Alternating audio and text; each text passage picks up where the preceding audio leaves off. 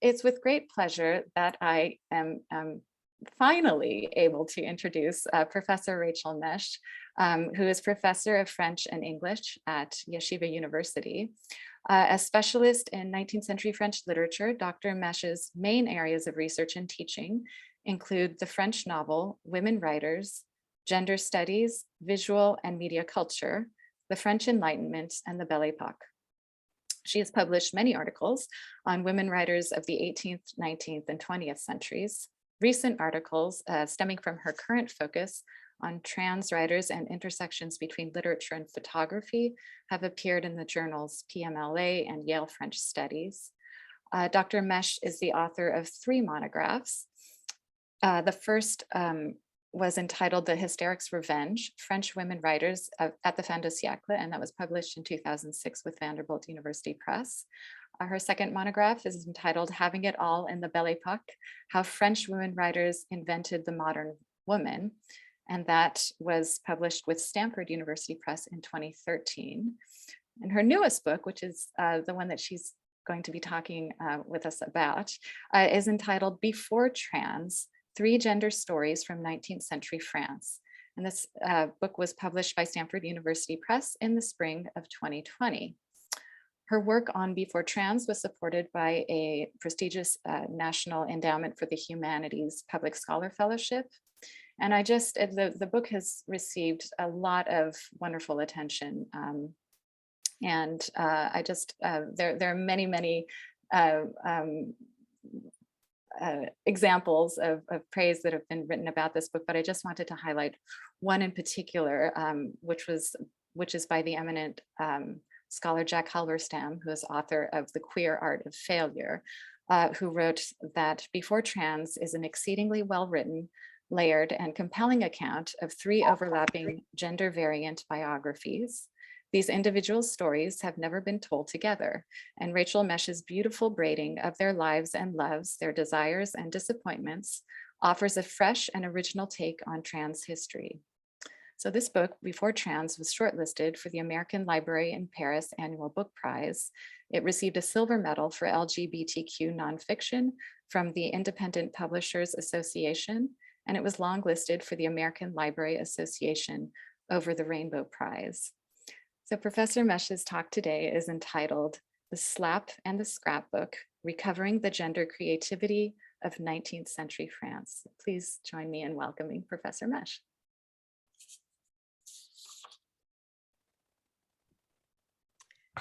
Thank you so much, Heidi. I'm so glad to be here today, if not physically, as I am envious of your temperatures outside and not getting to see you guys all in person. But very happy to be able to share these thoughts with you. And I look forward to the discussion afterwards as well. So please feel free to put your questions in the chat along the way. I'm going to share my screen.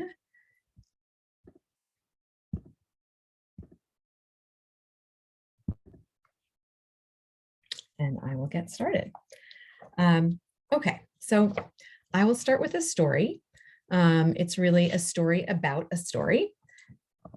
And here goes. So on September 10th, 1882, a piece of fiction by the popular male writer René Miserois appeared on the front page of the newspaper Le Figaro.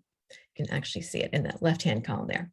The story was called Madame de Sade, and it was about a woman writer pursued by the courts for books that were deemed offensive to public decency, which was how the censorship laws formulated it. The protagonist, who was this young, pitiable woman named Valérie, was sentenced to 3 months in prison and a fine of 2,000 francs because of her salacious publications, which were written in the style of none other than the notorious Marquis de Sade. The hitch? Valerie's husband had put her up to it, knowing that the judicial rebuke would send sales skyrocketing. He profited the cash while she served her time. There was another hitch as well. Valerie apparently didn't mind prison. It was a refuge, away from the abusive husband who forced her to churn out the work of her troubled mind. Upon reading this work of fiction in the daily paper, the writer known as Marc de Montifaud was livid. Christened Marie-Amélie de Chartreux de Montifaud, they had been publishing as Marc since they began working as an art critic in the 1870s, a role they had secured in part through their husband, Léon, who was an editor at the major art journal, L'Artiste. But Montifaud's art essays aren't what made headlines. It was the later publications that brought Montifaud fleetingly into the public eye, a series of works that they called histories, but that the legal system deemed pornography. These included A Sexual History of Mary Magdalene and an unvarnished version of the letters between Héloïse and Abélard, which can get kind of steamy.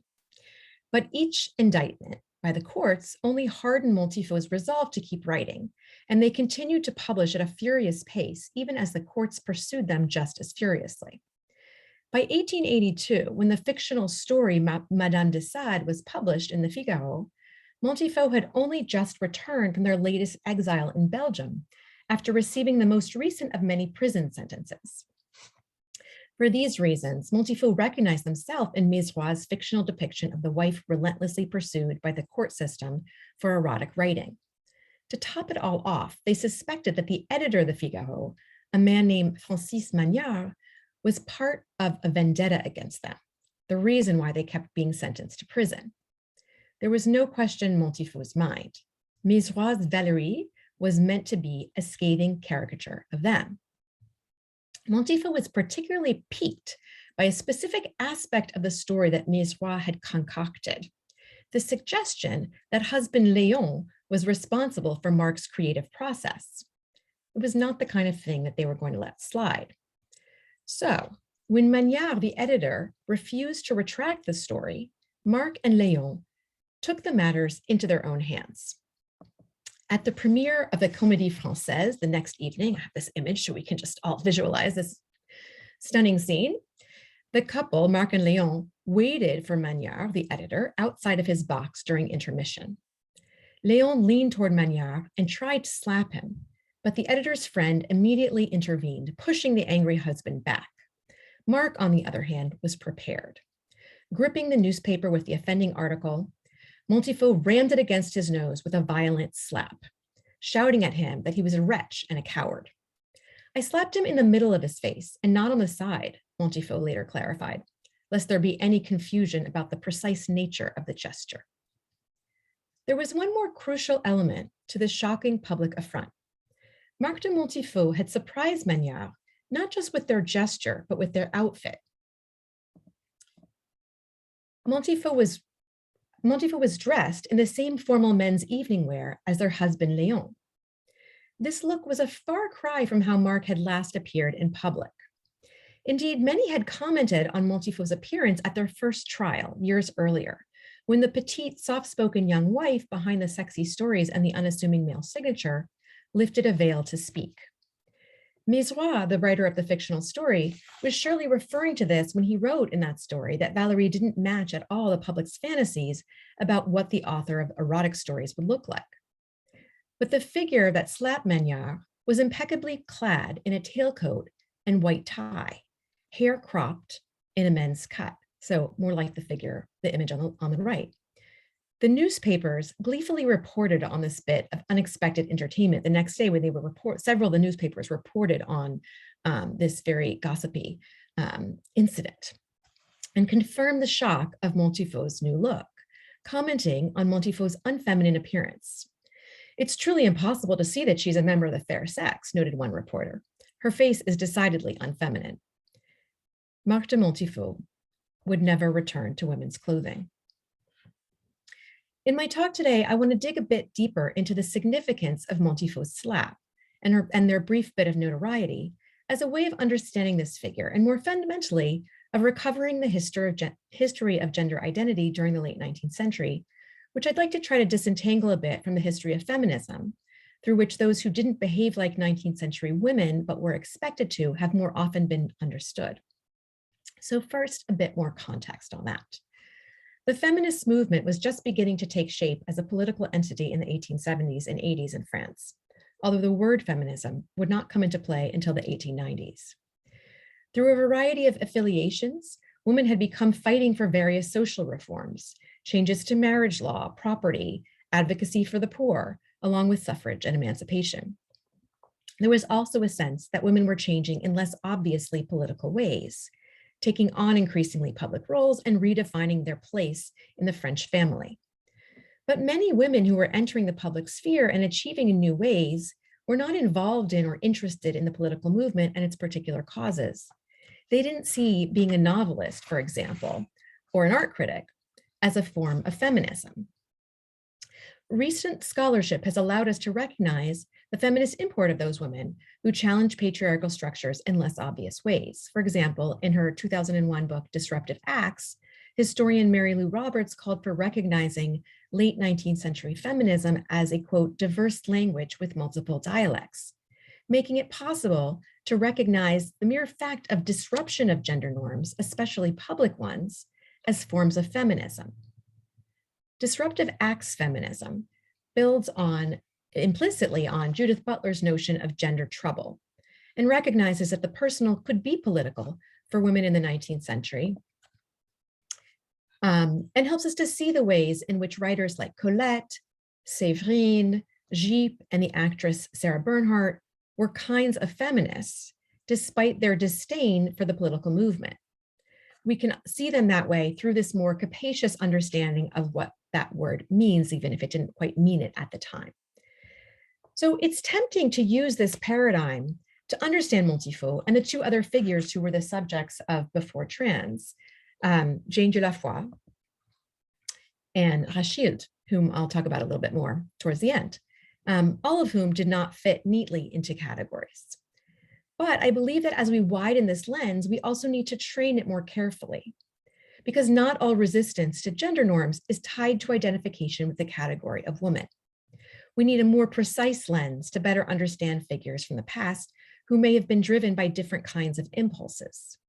What happens, for example, when it's not the patriarchy, but the gender binary that you mean to disrupt? During the late 19th century, sexologists were consumed with exploring different behaviors, but they didn't consider gender as separate from sexuality. As homosexuality developed as a category of identity, gender expression was folded in as a symptom of alternative sexual object choice. A developed notion of what we today call transgender, which was first described as transsexualism, was still many decades away and would be co-opted, of course, by pathologizing medical frameworks. But before there were complex ways to describe or think about the relationship between bodies and gender, there were those who experienced their gender in complex ways. And there were those for whom a felt sense of gender did not align with the one assigned to them. Montifaud was one of those people. And as a result, they existed in some ways outside of language, in a society that couldn't quite stigmatize them because it had not yet imagined them. And that's the story that my book seeks to recover, and the crux of what I'll be talking about today. We've continued to misunderstand Montifaud because of the gender normative nature of our scholarly lenses, and traditionally have chosen to see Montifaud as a feminist rather than as a gender outlaw, to borrow Kate Bornstein's term. So in telling Montifaud's story in my book, as well as that of Dieulafoy and Rachilde, I stuck to feminine pronouns, in part out of deference to the incredibly personal choice that we know this to be, and in part to preserve the historical record by maintaining the social contradiction between their gender presentation and assigned gender.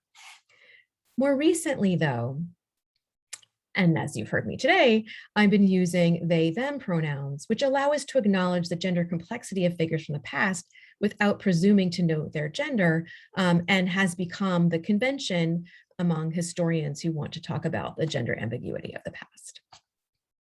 As for Montifaud, their friends sometimes addressed them in the masculine or alternated between male and female monikers, as in, these are some letters from the archives taken through a piece of plastic, so apologize for that.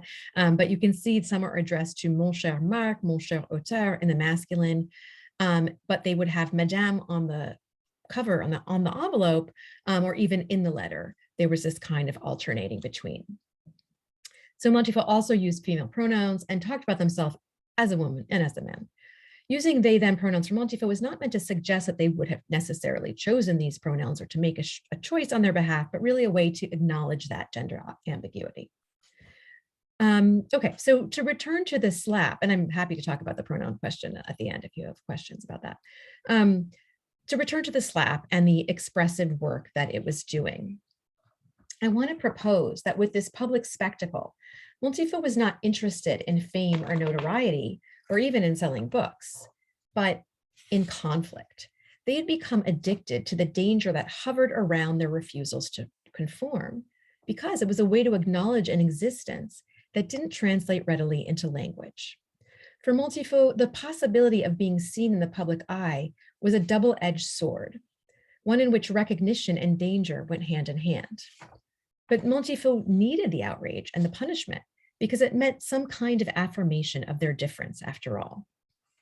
The story of the Figaro's Madame de Sade captures something of this dynamic, both as an example of the public's inability to understand Montifaud and Montifaud's repeated defiant rejection of its misguided conclusions. The reason that Montifaud slapped the editor was in response to a fictional tale that grossly mischaracterized them. In fact, Mezroy had described Montifaud in that story as a bas bleu, a blue stocking, one of the figures long associated with how women were changing and not in a good way. Since the 1840s and Honoré Daumier's famous series, which you have two images of on the left, and you don't need to be able to read the captions in French to see what's going on there, baby drowning in the bathwater while the woman writer works away furiously. So in this series, the bas bleu was most often depicted as a disheveled hag wreaking havoc on husbands and children. By the 1870s, the fear of this sort of woman was still going strong. And when the feminist and her corollary, the new woman, came onto the scene in the late 80s and 90s, they were in many ways, as you can see from the image on the right, just another iteration of the same, having taken on all the anxieties projected onto the bas bleu as pants-wearing, cigarette-smoking, husband terrorizing, children neglecting figures. And the woman on the bike with the bike is heading to the Feminist Congress and warning her husband that he better not let anything go wrong on the home front. So in Mezroy's tale, that Madame de Sade story, the protagonist had been reading too much, like Madame Bovary and so many other 19th century women, and was left with a kind of suspicious bas bleuism, a vague taint of literature. So he diagnoses her there. It's a kind of sickness that her husband then exploited despite her fervent protests, according to the story. His plan, the husband's plan, was to make a ton of cash and then hide behind his wife's skirts, quote unquote. Montifaud's response to this story and to this depiction of them was not, importantly, to protest the affront to their respectability as a woman. Instead, it was to slap Magnard for publishing the story and to do so wearing a tailored men's suit, a gesture that confirmed Montifaud's autonomy, their authority, and the extent to which Mezroy had missed the mark, so to speak, about who was wearing the pants in the arrangement. To better understand Montifaud then, and to better understand gender nonconforming figures from the past, regardless of the sex assigned to them at birth, we need to pay closer attention to their own expressions of self, as well as to what they couldn't say. We need to look at what queer theorist Jose Munoz calls queer ephemera, different ways in which figures left evidence of themselves indirectly, through queer and trans acts, through performances and photographs. And by analyzing what he calls residue, the traces of lived experiences that couldn't be recorded directly, so as not to leave the queer or trans subject open for attack. So to start with, as a moment of queer or trans ephemera, when Montifaud fled after the slap, they penned a self-defense in which they aired many of their long-standing grievances, in the midst of which they detailed the, quote, incident at the Comédie Française. Not one for navel-gazing. This was actually one of the only times that Montifaud spoke about the change in appearance, so it's super interesting for that reason. And really part of what they offered was an explanation for their clothing, explaining why they weren't dressed, explaining that they weren't dressed in the suit and the tailcoat for Magnard, for the editor, but simply because they had already started dressing this way, and they were going to wear an outfit appropriate for going to the Comédie Française. So it's an explanation that kind of sidesteps the essential question. They were telling in this treatise why they wore these particular men's clothes, rather than explaining why they were wearing men's clothes in the first place. A few paragraphs later, Montifaud filled in a bit more of the gaps, explaining how that through some especially contorted syntax that I won't take you through today, but in the place that they were visiting, a quote, self-respecting woman couldn't wear skirts. And that dressing that way allowed them to hide as their son's tutor when they were in exile. So they had run off to exile, by the way. Okay, so they have a son who is named Marc after them. They had already started publishing under this name when they named their son Marc, which is just an interesting little fact. So this dressing in men's clothing, they explained, allowed them to hide as their son's tutor while in exile, and allowed them, for that reason, to be able to perform their maternal duties.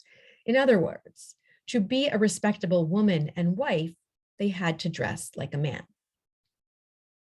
Montifaud's explanation in this treatise was meant to assure the public that it made perfect sense that they were wearing men's clothes at the Comédie Française, which they had simply continued to do since returning from this trip. In this case, though, they seem not to protest enough with their sartorial nonchalance. In fact, one needed a pants permit, you may or may not know, to appear as Montifaud did in 19th century Paris, for it was illegal for women or those presumed to be to wear men's clothing. A doctor's note and a visit to the police was required to secure legal permission. One interesting consequence of the slap that you can follow in the newspapers shortly thereafter was a crackdown on enforcement of this law. So, in other words, at the end of the day, Montifaud's explanation for pants wearing was hardly one at all. The connecting thread behind the sartorial biography, of course, is the thing that could not quite be said, the thing that Munoz would call the residue. Montifaud's affinity for and comfort with masculine presentation. The evasiveness of their account underlines the connection of the change of clothing to another more private dimension of Montifaud's sense of self, outside of the bounds of what Montifaud wanted to share with the public, and more fundamentally outside of the bounds of 19th century French language. Photos of Montifaud offer a bit more of the story, and they indeed would only appear in men's clothing, as I mentioned, with a men's haircut for the rest of their life. The images that remain gesture towards all that wasn't said in the open letter in this treatise explaining their choices. The unspoken history to Montifaud's self-actualization. In this, which is the earliest surviving photo of them, Montifaud sits sideways on a chair, arms crossed over its back. Their angular face is framed by an oversized collar, thick cotton triangles overlaid on hatch-stitched lace hanging across Montifaud's shoulders. But there's something off about this half-hearted effort of adornment. The giant collar seems to go on, as does the dress itself, which fills up the image with rolls of material where a lap should be. It's Montifaud's expression, however, that most unnerves. Even with one eyebrow slightly raised, their eyes are heavy as they look off to the corner, just past the camera's lens. Montifaud appears not just sullen, but psychologically disconnected from their body, from the moment. Contrast that image with one taken a few years later, once Montifaud had abandoned women's wear entirely. And that's the full, sorry, this is kind of out of order, but the sort of full, the photographic history here of their transition, which is really quite remarkable because you see in that second picture a kind of intermediary point that looks like something we would wear today, but in fact would be illegal, right, without a pants permit in 19th century France. So to look at these two next to each other then, in this image on the right, Montifaud cut a more confident, comfortable figure. With their closely cropped hair now framing their broad square jaw, we can see now how easily they pass for a man, as well as their satisfaction with doing so. Gazing towards the camera in this striking image, an ever so slight upward curve of the lips betrays a pleasure, an emerging smile. Locked with the camera's lens, the gaze conveys something like trust, a belief perhaps that this time the camera will capture Montifaud the way they want to be seen. There's another important piece of ephemera in Montifaud's archives, a letter from a certain Monsieur Sauvé, dated November 30th, 1896. Montifaud had been seeking information about whether not having an official pants permit, having the actual piece of paper, would put them at risk in certain public venues. Sauvé reported having visited the police on Montifaud's behalf and confirmed that because Montifaud had already been given this permission sort of unofficially several years before, they didn't have to worry about being asked for the official document. Then Sauvé goes on to assure Montifaud that they could now proceed to give speeches without worry. This piece of paper with its matter-of-fact message is a window into an unrecorded emotional universe, giving us the most direct access to Montifaud's own sense of vulnerability around the legalities of it all. Navigating these choices required a secretive discussion that took place without Montifaud present, and that Montifaud apparently took pains to hide. "Don't worry, your name wasn't mentioned," Sauvé assures, before passing along regards from his wife and daughter. In this light, the slap comes to look like a kind of coming out, a declaration of sorts, the violent gesture and accompaniment to the wardrobe change, in their joint defiance of the roles being pressed upon Montifaud. As a kind of trans ephemera, Montifaud's slap and the narrative that it generated about who Montifaud was and who they weren't tell us something about the ways in which gender identity was expressed in 19th century France. Identity, as Lisa Duggan writes, can be understood as a set of stories rather than labels, through which individuals forge connections between their own experiences and the world around them. Dynamic rather than stable, these stories we tell shift over time, told and retold in relationship to stories encountered elsewhere. For those whose gender doesn't fit into the binary system, we know that gender can be at the heart of those stories at a very early age, and that it can also be a challenge to render one's story into words. Many modern writers describe one of the challenges of trans identity as a linguistic one, the problem of fitting into language. Ricky Wilkins, for example, remembers that, quote, "language had always felt like a poor tool, one that didn't even begin to capture the ways I felt about the world or the things in my head. She was perpetually puzzled by the million things I felt and thought that I could never say, which knowledge and categories and meaning didn't begin to capture."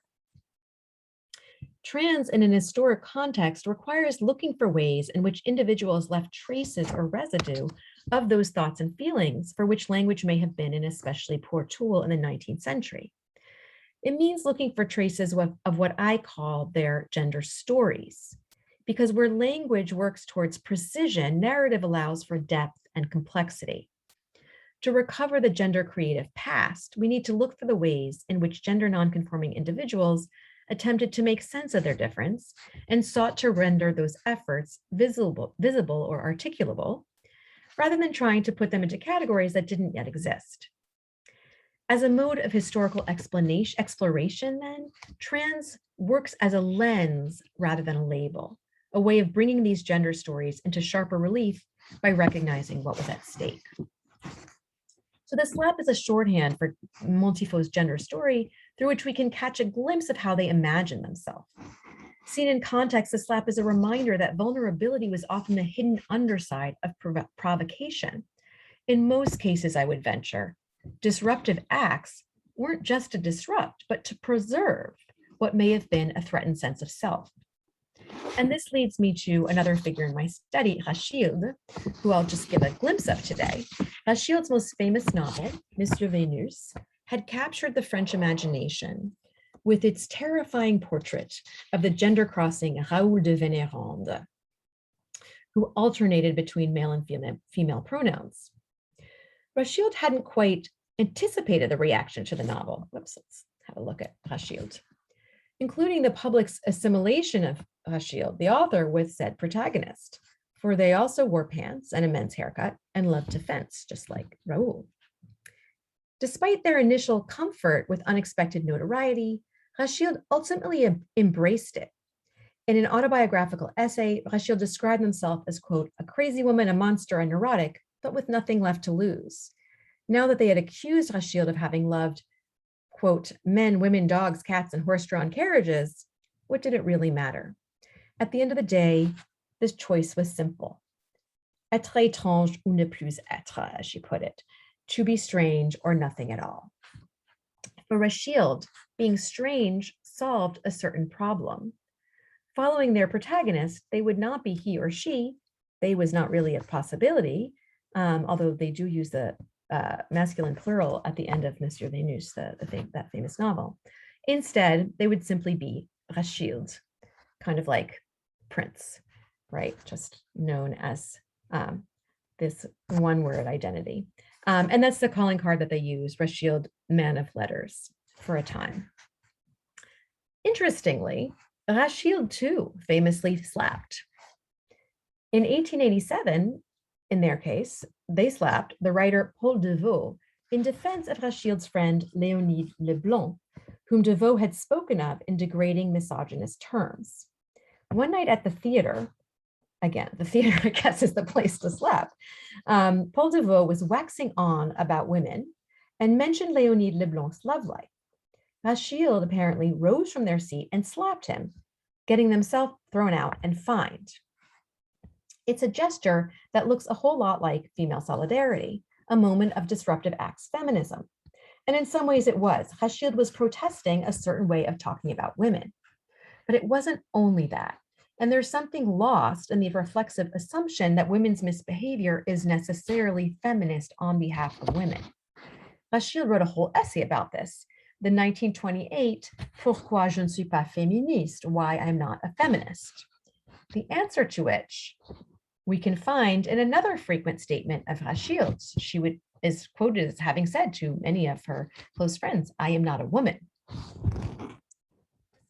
Having repeatedly claimed as much, though, readers then and now have been slow to take Rachilde at their word, because the feminist framework has just always sort of been the one available to make sense of that.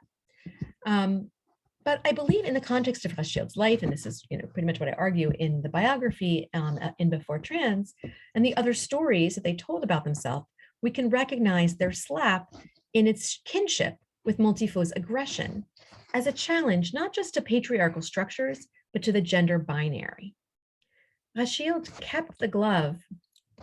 Here's a few more pictures, and you can see that this sort of variety in looks that they took on, and they were really often described as sort of shape-shifting, and that even just looking at them, they would seem to kind of alternate genders before one's eyes. Rachilde kept the glove that they had hit Devaux with tucked into the mirror in their bedroom until their own death at age 93. I can't say that it's in this photo, but I like to imagine it's in there somewhere in that messy desk. Like the letter and the photos of Montifaud, it's a bit of trans ephemera. The glove and the gesture that accompanied it are elusive traces that stand in for what couldn't be said. Even for the prolific Rachilde, who, unlike Montifaud, wrote so much about gender directly, the clothing item's meaning was beyond words, a cathexis of identification and disruption, a refusal of gender norms and rules of behavior, whose specificity becomes just that much more legible through the modern trans lens. For a study in contrasts, let's turn now to Jane Dieulafoy, who provides another example of gender stories left behind, made more recognizable through the modern trans lens. Dieulafoy was actually often mistaken for Montifaud and vice versa. You can perhaps see why when you put these photos next to each other. They lived in separate but slightly overlapping upper bourgeois social spheres in the 1880s and 90s in Paris, but there would be no slapping for Dieulafoy, a conservative and rather buttoned up Catholic, even if what they were buttoning up was perfectly tailored men's suits. Jane Dieulafoy first put on pants when they rose to battle alongside husband Marcel in the Franco-Prussian War, just months after they were married. Around 10 years later, Jane accompanied Marcel once again, this time to the Middle East, to Persia and Baghdad, on an archaeological mission for the French government. They recorded their adventures for the new travel magazine, Le Tour du Monde, which you see here. And Jane's riveting dispatches would make them into a celebrity. Jane returned to wearing pants during this time. In between their first and second mission, Jane and Marcel returned to Paris, and it became clear to Jane that they didn't want to be seen as Marcel's wife and assistant, but rather as a full-fledged member of the mission. Once again, this story can be told more readily in photographs, although Jane did tell it in writing. And that's the story that I include in the book, but for today's purposes, we'll let the images do the work. So before leaving, they had their photos taken, and Jane posed in exactly the same outfit as Marcel.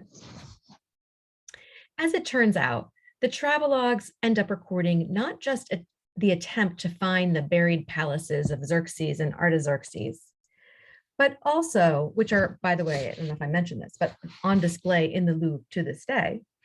But also these travelogues recorded Jane's gender transformation and increasing recognition of their own identification with masculinity. This photo is from their private albums, and it's taken at a turning point in the process, telegraphing their new sense of ease. At this point in the travelogues, Dieulafoy begins to craft the narrative that will guide them throughout their lifetime, right? To craft really their gender story, that gender crossing was necessary in the interest of the nation. Rather than an act of subversion, masculinity would be a form of patriotism. Well, Dieulafoy found a way to express their gender in a way that, by all accounts, made them comfortable and confident. There were signs that even as they lived this unconventional life, they puzzled over who they were. And this is sort of the visual trajectory of their transition. In their archives, though, there are hundreds of pages of histories of gender crossers from earlier times. These include the Abbé de Choisy, whom Montifaud wrote about as well, and the Chevalier d'Eon, who presented as female to spy for France, and the American opera singer Stewart, who visited the Dieulafoys in their home in Paris. In telling the Chevalier d'Eon's life story, Dieulafoy paused on the complexity of Eon's gender as it conflated with his military service, surely recognizing themselves in Eon's internal conflicts. And this is just something that Jane transcribed in those archives of the unpublished biographies of gender crossers, where you can see that they underline the feminized gender of Ma Belle, the way in which the D'Eon's friend was addressing them in the feminine. And so it's just a really interesting meta moment. It was a very interesting meta moment for me as I was looking for these kinds of linguistic markers in these writers, and saw the writer for whom I was looking at was doing that in their own, searching for their own history, to find themselves in history. So now finally to the scrapbook, the other part of my title. There is a scrapbook of newspaper clippings with any mention of gender crossing in Dieulafoy's archives. I wish that Montifaud's story were clipped in here. I wish I could tell you that, but it is not. In the movie version, I would definitely make that little tweak. I imagine them reading about each other. But in this tattered, overstuffed volume, we see a glimpse into efforts to discern where Jane's own example might fit in. And here is a list of the titles of the clippings that were there. So should they be appreciated through an article about a Congress of Feminist Societies and one on a women's assembly? Or should they identify with a piece on women at the Académie Française? Or were they better understood as one of the men, women, and women, men troubling the Parisian boulevards? Did Dieulafoy's wearing of men's clothing enhance their marriage through a, quote, unbroken companionship, as reported in Use's hubby's wardrobe in the Morning Journal? Or did it render them an object of curiosity, as mentioned in The Replacement of Men by Women?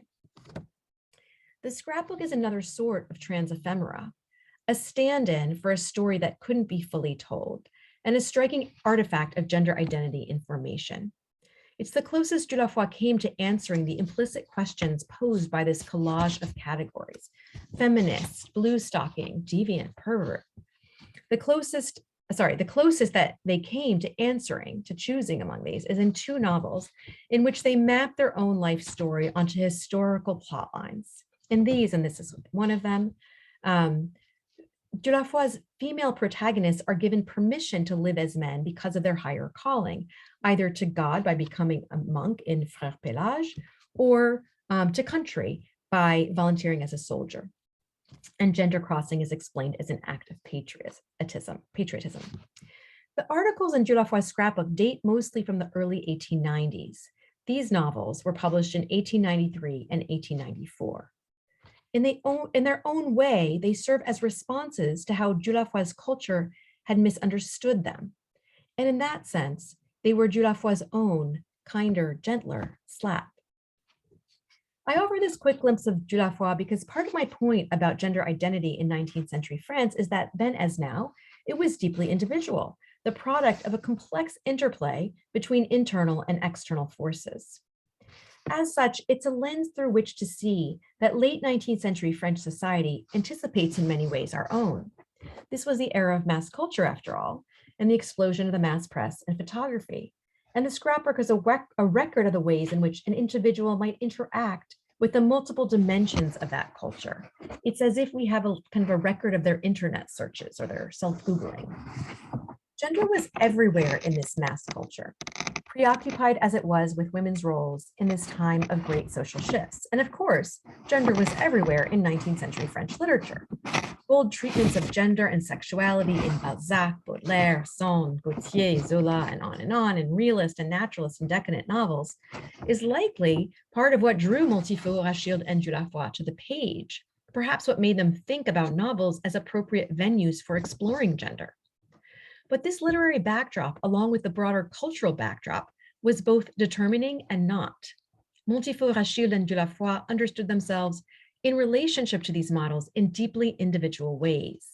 While Rachilde embraced decadent tropes, the fervent Catholic Dieulafoy mostly defied literary trends, turning to Christian lore. Montifaud appeared to have been careful never to write about gender directly, even as they wrote about those who were cast out by society. So to conclude, the slaps and the scrapbook chart the distance between how others saw these figures and how they imagined themselves. That's a space that's challenging to recover from history, but it's one that can be determining, shaping the way you translate yourself into narrative. And I want to emphasize that space because recovering that gap is central to recovering the history of gender variance in the 19th century. Which has up till now overemphasized what the dominant discourses have said about gender, while giving little attention to the subtleties of individual lives and the ways in which they both integrated and resisted those discourses. These three writers didn't fit readily into those dominant discourse, into the 19th century categories available for describing women who disobeyed. And as a result, they were most often considered either feminists, an association they mostly eschewed, or eccentrics. The former categorization as feminist misreads their behavior as advocacy on behalf of women, and the latter dismisses or pathologizes it.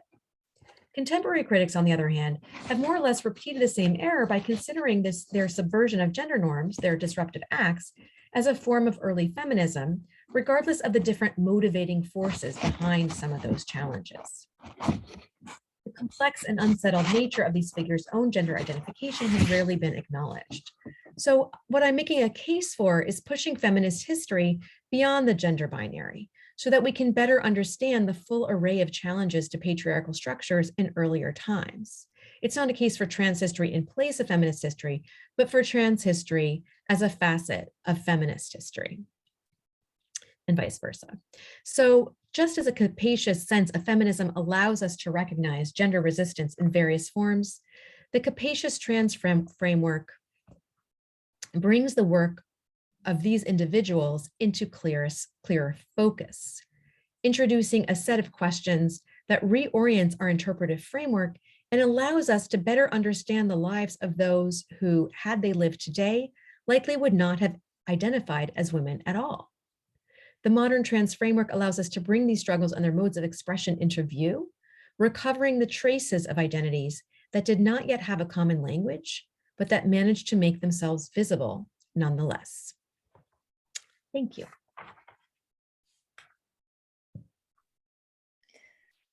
Thank you so much, Rachel, for that very rich and illuminating talk. I see claps coming up in Zoom. I'm sure we would hear the applause that we could all be together. So thank you so much to everyone for attending, and we do have some time now for questions. And I've heard Rachel Mesch talk on a number of occasions, and know that she's very, very open and interested in having a conversation. And so please don't be shy. If you prefer to put questions in the chat, you are very, very welcome to do so, and I'll keep an eye on those. So if anyone would like to start, or feel free to raise your Zoom hand or start talking. I see Ashley Merriman has a question. Thank you. And thank you, Dr. Mesch, so much for your talk. This was so much fun to attend, and for your book. I have a question about the portion on Rachilde's slap. I'm super obsessed with Rachilde. And I wondered, in your book, you discuss Rachilde's association as like un loup-garou, so the werewolf. And I wonder if that might come into play in this moment of the slap, or how being a werewolf versus a woman may have allowed Rachilde to behave differently and comport themselves differently in instances like this, as well as keeping the gloves, sort of like skin that you can put on and take off, sort of on a continuum with that shape-shifting. Yeah, thank you for that question. I think that they're certainly related, and that, you know, Rachilde had this sense that they couldn't recognize themselves in the people around them. And so the werewolf piece, which is related, as I'm sure you know, like to their background and the kind of mythologies around where they were raised, made perfect sense. And they would tell people, especially towards the end of their life, it seems they were doing this more and more, just claiming to be a werewolf. And the thing about Rachilde, right, is that everyone thought, oh, she's so provocative, right? What a rebel. And I imagined that when Rachilde said, I'm a werewolf, people laughed and thought, you know, and I think in so many of these instances, they were actually just being direct. And, you know, the slap is a kind of moment where I think we would just tend to read that as pure rebellion, you know, because the werewolf, I feel like they were actually directly saying who they were, and the times when they said, I'm not a woman, and they, in some ways, really did tell us who they were, and we didn't have the language or the lenses really to hear the direct words. I remember when I first spoke about this at 19th century French studies, Heidi, you said, oh, it's kind of like a surface reading, like you're kind of saying it's just right there, it's actually right there. And in a way it is, but you can't see the surfaces if you don't have the right lenses. So it's not as simple as that. And so you need that kind of hermeneutics, you need those complicated, you need a lot of other things to happen for you to see certain surfaces. And you have to, you know, properly contextualize things. So I guess the werewolf might slap. I love that idea of the glove and the skin and putting on different skins. You know, no, absolutely. Those are things are all of a piece. Thank you. Susan? Thank you so much, Rachel. This was such a wonderful talk. And in so many ways, I have so many questions, but the one I'll try to ask has to do with the materials, and especially the ephemera, because ephemera, right, is this queer residue, as you're noticing from Jose Munoz, but also it's, you know, the scrapbook, the newspaper clippings, the photographs, the ephemeral media materials through which these identities were constituted. And I like that you very deftly, like, kind of took us to our present moment, suggesting some sort of correlation or relationship between the 1890s, when print is exploding and there's more printed ephemera than ever before, and I guess, you know, the 2010s and 20s, and social media. And so I wonder if you could, you know, maybe just sort of like talk and riff on those moments together. And then if you want to answer a more methodological question of how to place trans history and or feminist history in relation to media history. Yeah, so I always say that, and I know you're not all 19th century French scholars, so maybe it's just about the 19th century, but when students take my classes, I always say everything you think is a product of 21st century or 20th century America actually had its origins in 19th century France. And that where we are now is a sort of realization, although I think we've maybe gone too far with our phones on us all the time and Instagram telling us what to buy. But it is a sort of, it's all anticipated in the 19th century media explosion.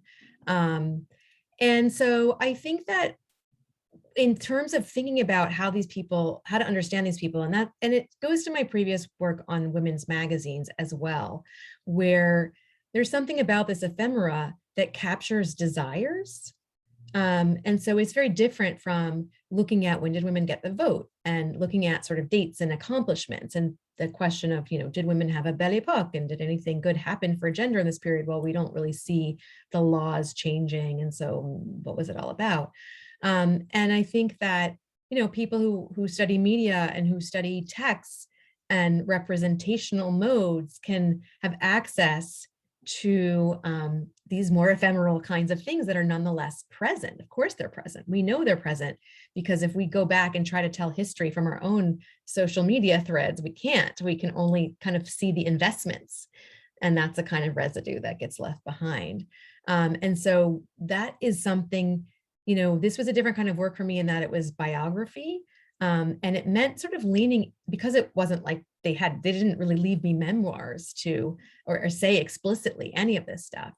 But I found that reading their stuff and the material piece of it as well, very much so, it was a very intuitive process where I would first sort of feel kind of lost, but then reading novels, reading personal stuff, looking at photos, looking at all this together, you just start to get a sense of a person. And it gives you cues into what do they keep talking about, right? Which aren't necessarily the moments that were important to me for understanding Dieulafoy, had nothing to do with explicitly with gender. They never talk about why they decided to wear men's clothing. God forbid, they weren't gonna, you know, not really explicitly. But they were so, and Heidi, you know all about this, right? The moments that they discovered that they were part of this exploration in Persia and made their biggest discoveries were the most important moments in their life, really. And so when I went back to that in the travelogues, and the travelogues are, you know, hundreds and hundreds of pages long, and very sometimes, you know, very detailed and scientific. But when I went back to the sort of weeks around that, suddenly I heard there was a voice that was present, that was lost in a lot of the other cartographies and maps and other things that were going on. And sure enough, right, there was this kind of construction, self-construction and embrace of their own masculinity. You know, it's all these pieces kind of came together for me. And I realized, and so then it took me back to that, to the scrapbook, and sort of to answer your question, I really do think that scrapbook, it allows you to imagine that I'm reading the newspaper and underlining things and notice things and to feel that they were, I mean, some of these stories were really offensive, making fun of women wearing pants, right? And you can sort of see that they're, even though they never wrote about it, they never kind of showed any pain, the fact that they were tracking this, and that just, it's a precious record of what they were actually reading, right? And we know today how much, I mean, TikTok is so important to queer and trans identity and to just identity and adolescence in general. But even before that, right, that that people are able to understand themselves more quickly because of the media, because there are all these stories available, and TikTok has all these algorithms, so you can figure out exactly what kind of queer, non-binary, you know, all these different, and it's kind of incredible that way for younger and younger kids. But we have all of these stories about gender and because those stories are becoming richer and more complex and more nuanced, that allows people to understand themselves differently. It's never, I think the mistake has been in thinking that, you know, we would used to sort of the way that scholars have traditionally approached this. And when I was starting out, I was like, well, what does the sexologist say? And that's fine. We should know what the sexologist said in the 1890s, but that does not tell us how Rachilde saw themselves, right? It would be like asking, you know, to understand trans identity now, going to the doctors and seeing what the latest sort of medical literature, that is you know, that's just not going to be enlightening about, even now where we have made, you know, tremendous progress in certain ways. That is not the place to find out, you know, how trans people see themselves. And so really just kind of recovering that human element, because it was biography, it helped me to do that.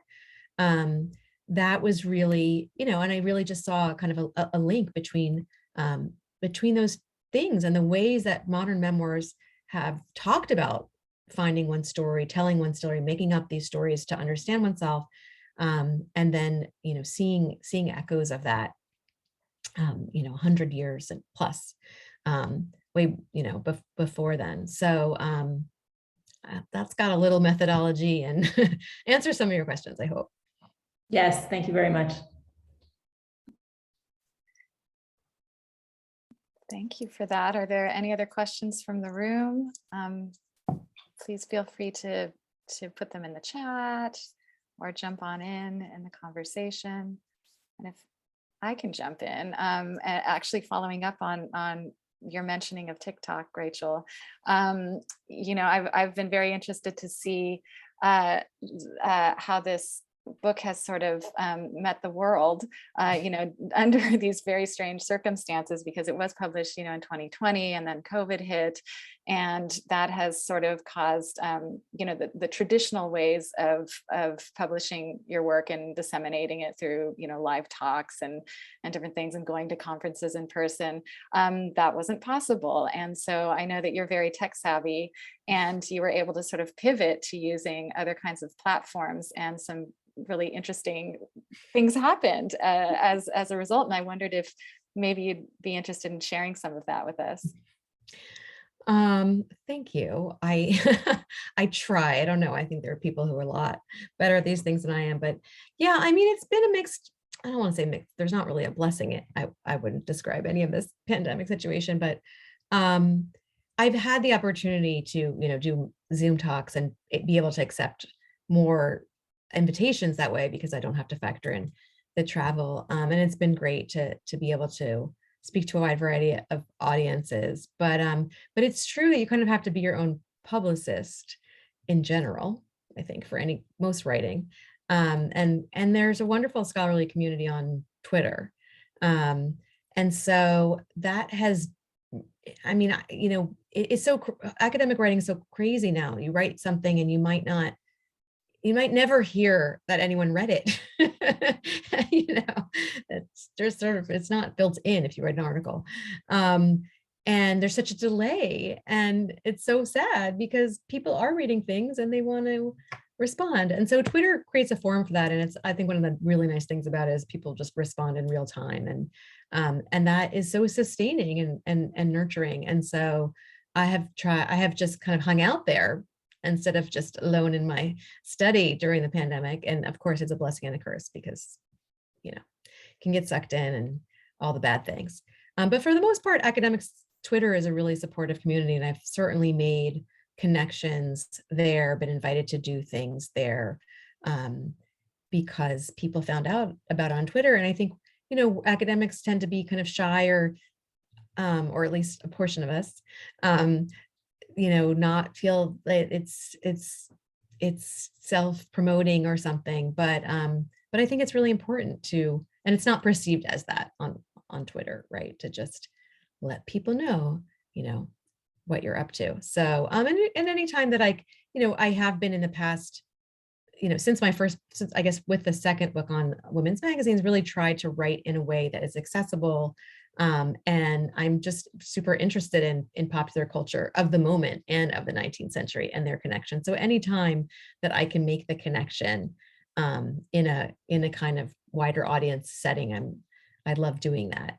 And that's a great way to get people interested as well, because I just think that so much, if we're all studying the 19th century, right, so much of what we do is just patently interesting. And so, translating that to a broader audience is always a worthwhile endeavor, I think. Yeah, absolutely. And in that spirit, I'm wondering if you would be willing to share your Twitter handle name. Oh, it's not hard to say it. Clearly, I'm not on Twitter. It's not hard to find me on Twitter. Posting about silly things as well, because that's Twitter. Yeah, I'm just at Rachel Mesch. Super easy to find me. No, Okay. no hiding. MESCH. Yeah, follow me on Twitter. I should mention also the book is Stanford's having a sale, 30% off. So it's on the website. So if you want to have a little Stanford University Press shopping spree, you can get Before Trans for like less than $20 right now, I think.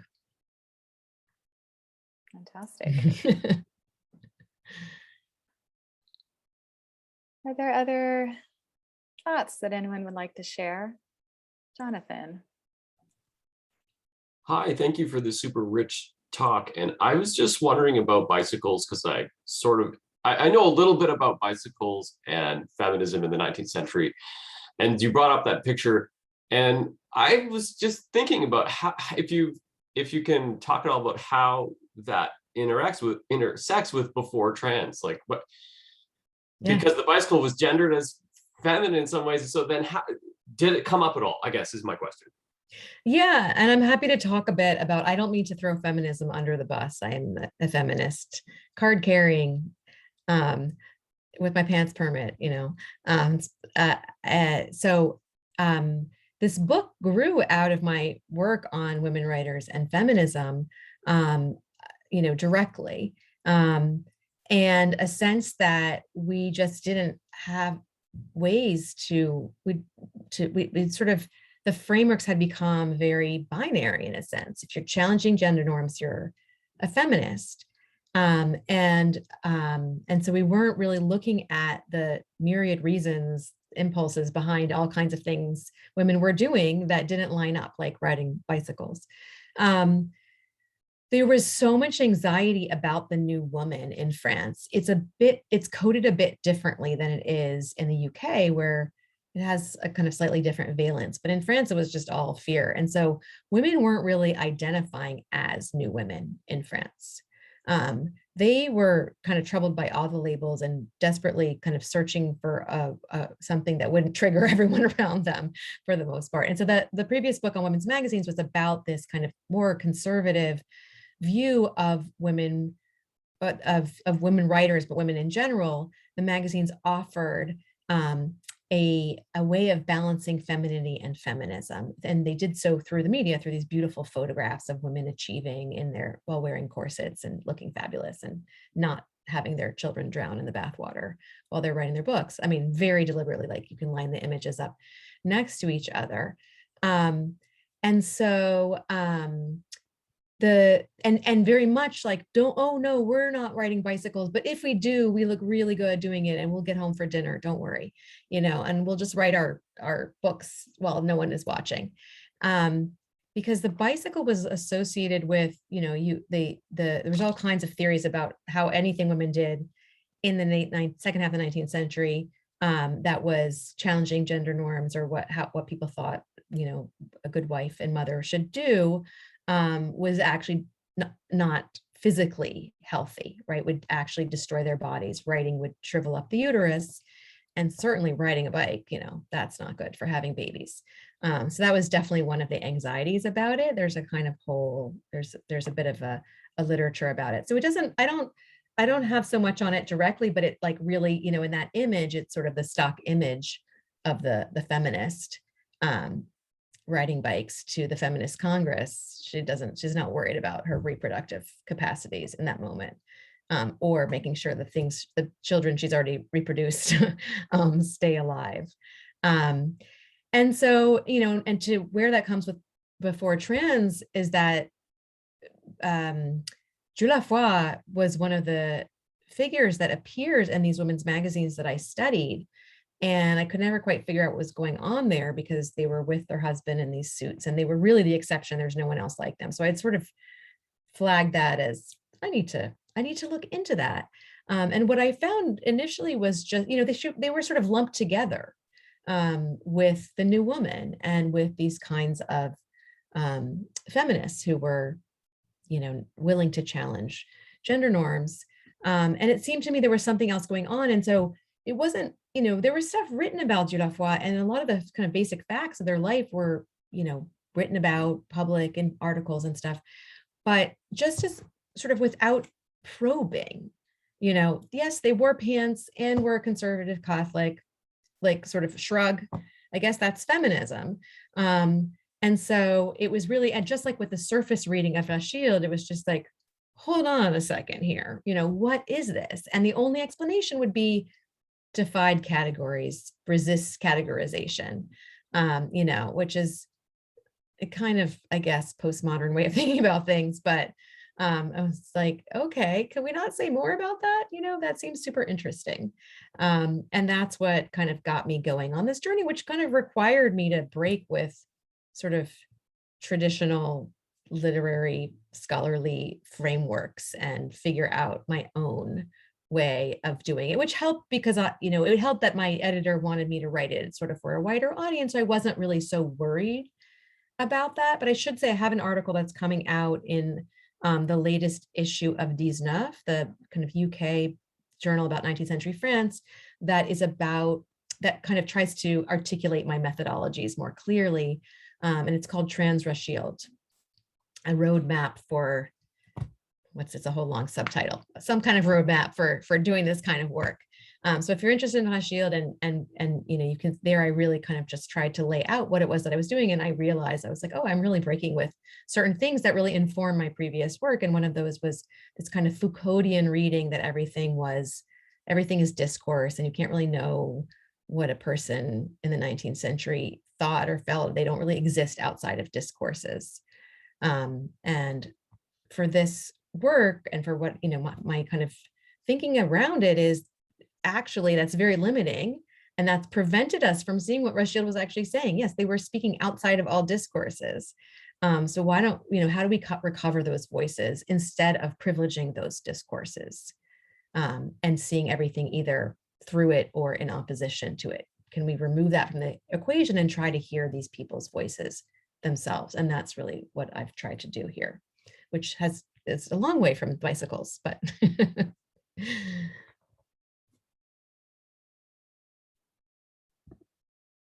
Thank you.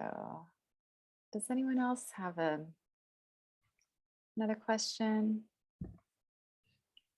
Maybe I can ask a question then, because you've brought up sort of forthcoming work. I'm wondering if you've thought about your next project after this, and you've just finished. I know that's a terrible question to ask. Now what are you doing? But I'm wondering if you're sort of building on this work, or if maybe you haven't figured it out yet, but if you wanted to share with us what you have figured out. Yeah, I mean, it's not quite a project yet, but I think that what I'm going to be working on next has to do with photography, and the way that people, queer and trans, but also probably women, used photography to see themselves more clearly. And of course, you could hear that in my talk today and you could see it. But I want to think about that more extensively. And I love working on the visual stuff. And I love just how much comes through the photographs. So and the essay that you mentioned that's in the issue of Yale French Studies that I believe you have an article in as well, is about the photo of Jane Dieulafoy lying by the tent it's near Persia. and Orientalism.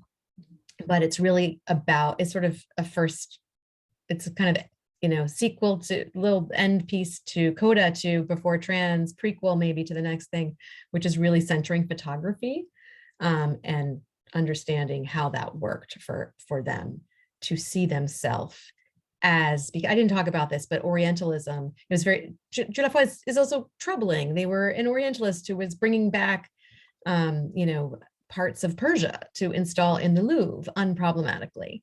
And that's part of what made them so famous, because it was sort of not problematic in mainstream France at the time. That was just fantastic. Everyone was really happy about that, or at least most people were.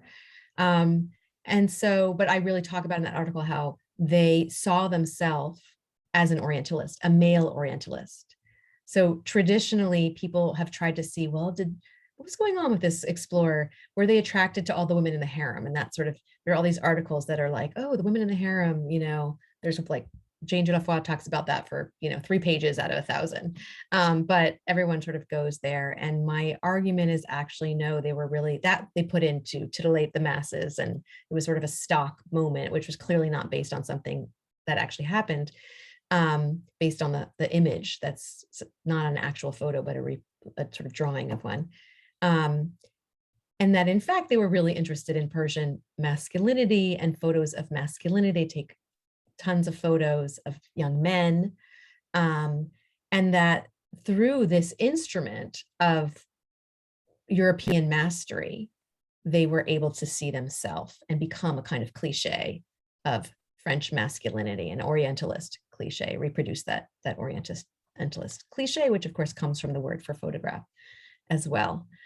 So that all that stuff is kind of interesting and fun together, but allowed me to sort of talk about how, you know, the Orientalist imperialist piece that we sort of don't expect there, and of course is troubling. Yeah, absolutely. That's wonderful. So forthcoming, everyone. Way down the road.